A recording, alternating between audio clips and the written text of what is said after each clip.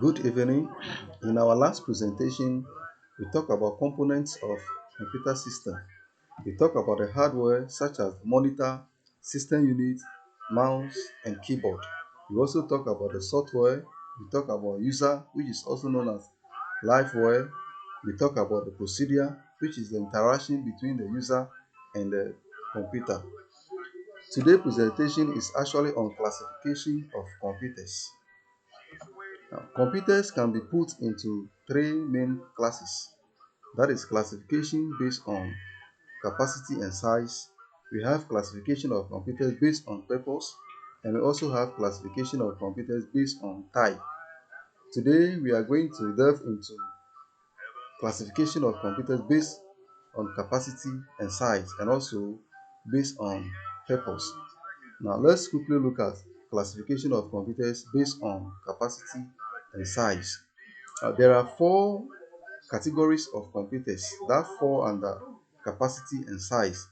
They are supercomputer, mainframe computer, mini computer, and also microcomputer. Let's look at them one by one.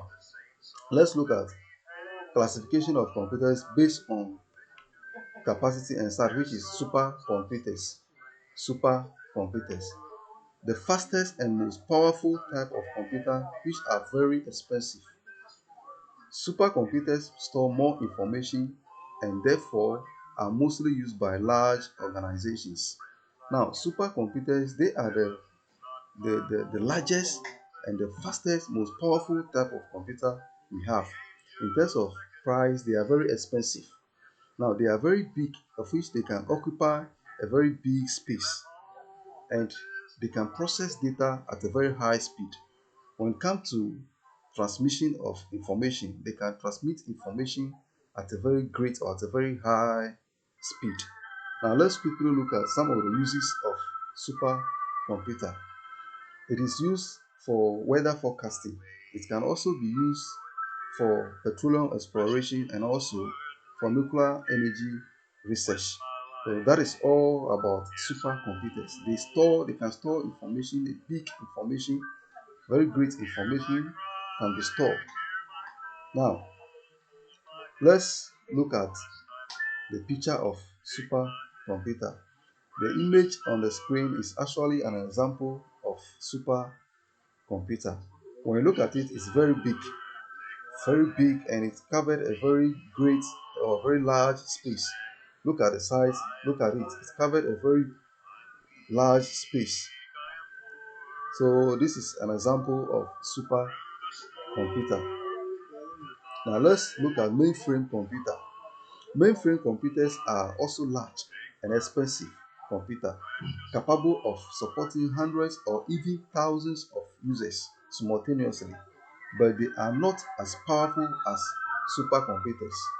Yeah, mainframe computers are also big in terms of size. They follow supercomputer. They are very big. They can also cover a very large space, and they are very expensive as well. They can support thousands of users simultaneously.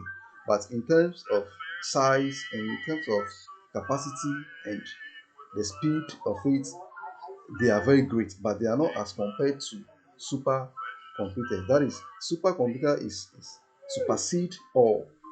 Now, organizations like insurance companies, banks, airline companies, and so on use mainframe computers for big computing jobs. That is all about mainframe computer. Now, the screen is displaying example of mainframe computer. It's very big. When you look at it, it's very big. This can also cover a very large space. Now, let's look at mini computer. Mini computer can also be called mid-range computer.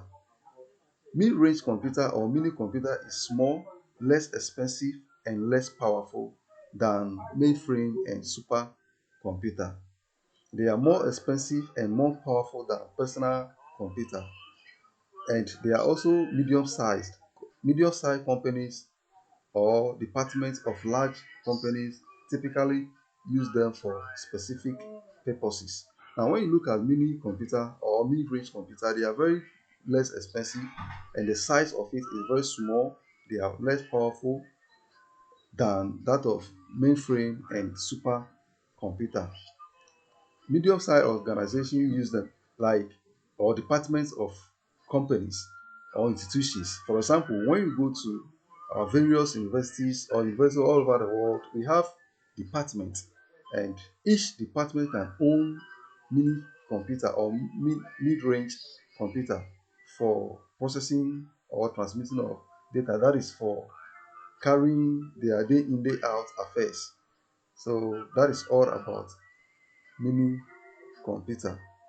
And let's look at the image of mini computer.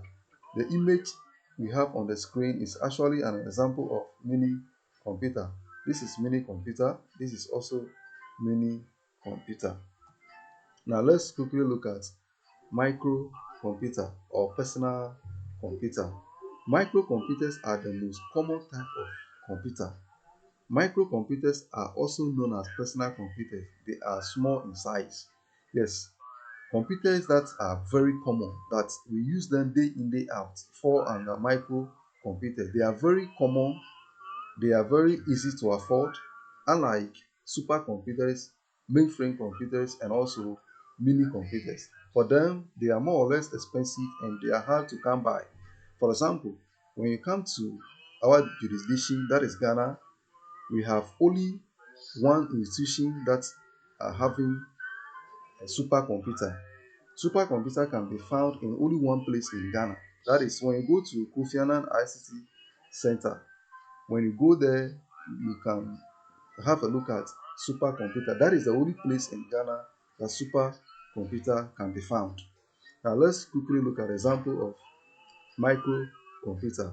We have mobile phone, we have laptop, we have desktop, and also calculator. All these are examples of microcomputer. Now, these are more examples. We have the image of laptop here.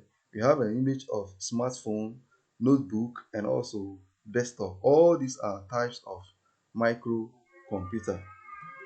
Now, let's look at classification of computer based on purpose.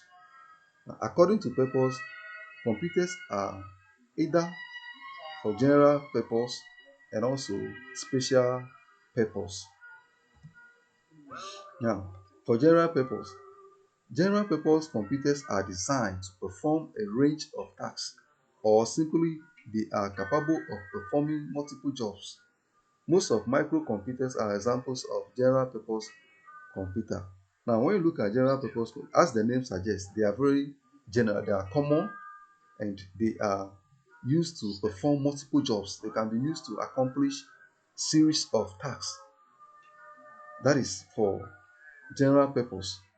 Examples are desktop computer, we have laptop, we have smartphone, and also tablet. They are all examples of general purpose computer. That is, they can be used to perform multiple jobs. They perform a range of tasks. Series of jobs can be done by using what? General purpose computer. Now, we have examples of general purpose computer on the screen. This is an example of desktop, which fall under micro computer, and is also an example of general purpose computer. We have the smartphone or mobile phone here. We have the computer, that is laptop here. We have the notebook here. All these things are examples of general purpose computer, which can also fall under micro computer. Now let's go to special purpose. Now, as the name suggests, they are made to successfully meet the requirement of a particular task. Special purpose computers are designed to handle a specific problem or to perform a specific task.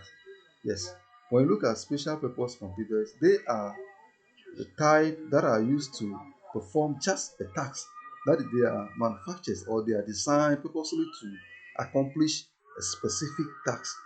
They are to carry out a specific job, unlike general purpose computer, which can perform series of tasks. Special purpose computer perform just a task or specific job. Example, ATM or automated teller machine. and also traffic lights and washing machine. When you take the traffic light, apart from directing cars and pedestrians, which other job do you think it can carry out? No. So it is limited to specific tasks. And also washing machine is an example of special purpose computer. Apart from using it to wash our clothes, there's nothing that we can use it to accomplish. Example of this special purpose is what we have on the screen. We have the ATM, we have the traffic lights. Now let's look at type. Type, classification of computer based on type or technology use. Now according to type, which has to do with how data is being handled, computers can be grouped as analog, digital, and also hybrid. These are the three categories of computers that fall under technology use or type. This we will be looking at this into detail in our subsequent presentation.